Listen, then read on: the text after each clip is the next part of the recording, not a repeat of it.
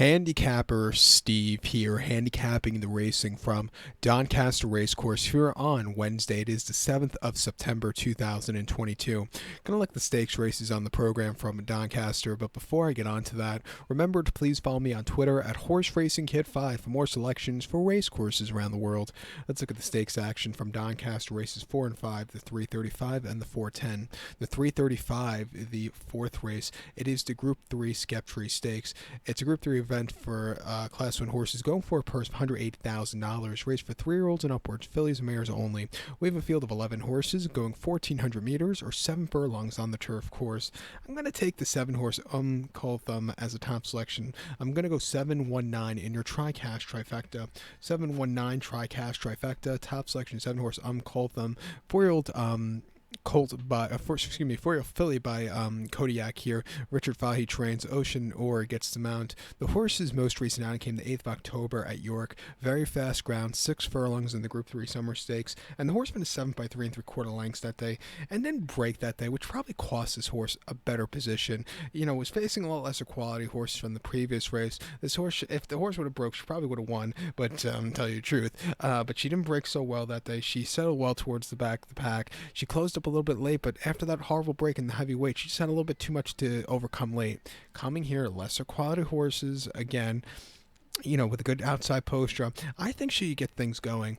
2 back, she ran at Ascot on the 18th of June, 6 furlongs in the Group 1 Diamond Platinum Jubilee Stakes, and she finished 18th by 7 lengths there, and she really just never got into it, never quickened up, facing very tough horses there. And then before that at Haydock in the handicap there back on the 30th of September, not Newmarket, not Haydock, at Newmarket, 6 furlongs on the 30th of April, 6 furlongs in listed stakes. He won by a neck that day, and of course the horse was just really winning for fun that day from a track position. She quickened up nicely, an all-around good race there. And then prior to that, now at Haydock in May of 2021, 6 furlongs, very heavy ground in the Group 2 Sandy Lane Stakes. She finished 3rd by a length that day, and she was with him early on. She kind of got caught late, but she still ran her heart out there. If she see a slight gap in the ground, that should really be to her liking. I think she's on the up and up. It's again some serious class relief from her last few races. I'm going to use her here. To recap my selection for the 335, the 4th race from Doncaster, it's the Group 3 Sceptre Stakes. Let's take the 7-horse Call Thumb. Let's go 719 in your tri-cash trifecta. The 5th race, the 410 co-featured, it is the Scarbrough Stakes. It's a listed stakes for Class 1 horses going for a purse of $81,000, raced for 3-year-olds and upwards. We have a field, 2-year-olds and upwards, field of 9 horses going 1,000 meters or 5 furlongs on the turf course. I'm going to go take the 3-horse Mannequin as a top selection. I'm going to go 315 in your tri-cash trifecta. 315 tri-cash trifecta, top selection, 3-horse Mannequin. 3-year-old Colt by Exceed XL. John Ryan trains one. Ryan Moore gets on this horse's back, 140 pounds, so he's carrying quite a bit of weight on his back.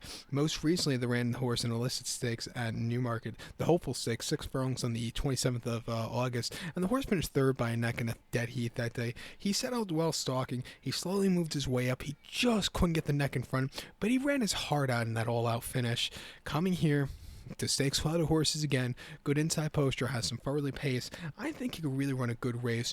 2 back, he ran at Ascot on the 6th of August. Firm ground, 5 furlongs in a Class 2 handicap, and the horse went by 3/4 of a length that day. And the horse stalked. He slowly moved her way up. When he got the lead, he took off clear. It was a very good, easy run for this horse with a ginormous weight on his back of 136 pounds. And then prior to that, in a Class 2 handicap at Chester, 5 furlongs, 16th of July, he finished 2nd by a half a length that day. And, he just had a little bit too much ground to really give up that day. He was way out of it, which probably cost him. If he was a little bit more into it, he probably would have won, but you need to be forwardly paced at Chester. And then at Ascot on the 17th of June, 5 furlongs in Class 2 handicap. He finished 5th by a length there. And, he was with them early on. He just couldn't get the good turn of foot like the few in front of him did, but he still ran his heart out there. He's 5 for 1 this season, and he's been getting better, I think, with every single race. Coming here, even if there's a give in the ground with Ryan Moore, I think he's loaded. I think the 1-horse Equilateral, the old man, could get the job done. He hasn't seen the winner's enclosure since the Maidan Sprint at Maidan in February of 2021. Since then, he's just been facing too tough competition. Ran in the Alquois Sprint didn't really do anything, and that was in 2021. Then was on a 14-month break, nearly 15-month break, where he ran the King's Stand at Royal Ascot this past summer, ran an okay fifth, came back to run the Coral Charge a few weeks later, where he ran an okay sixth, ran the Sapphire Stakes at the Kerr, where he ran a very good third, and then ran a disappointing race in the King George Qatar at Goodwood last month. But coming here, he's gonna have to overcome a high weight. But wouldn't surprise me if he wins. I'll definitely use him in the play spot. But to recount my selection for the 410, the fifth race from Doncaster, it's the Scarbrough Stakes. Let's take the 3-horse Manican. Give kudos to the 1-horse Equilateral. 315 Tri-Cash Trifecta. 3-1 in your play spot. So good luck to all. Please follow me on Twitter at HorseRacingKid5. Good luck, everybody.